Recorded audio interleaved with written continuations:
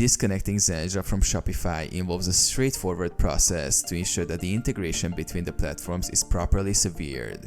Here's a step-by-step guide. Log into Shopify. Access your Shopify admin panel using your credentials. Navigate to Apps. Click on Apps from the Shopify admin sidebar. Find Zendrop app. Locate the Zendrop app in the list of installed apps.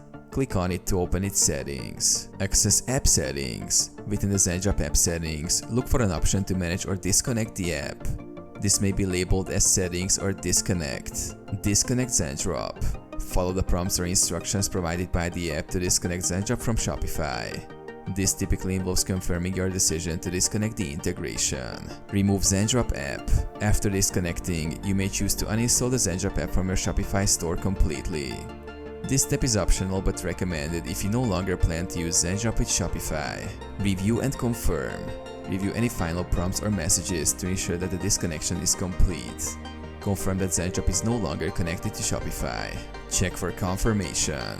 Verify that Zendrop is no longer listed under your Shopify apps and that there are no active integrations or syncs occurring.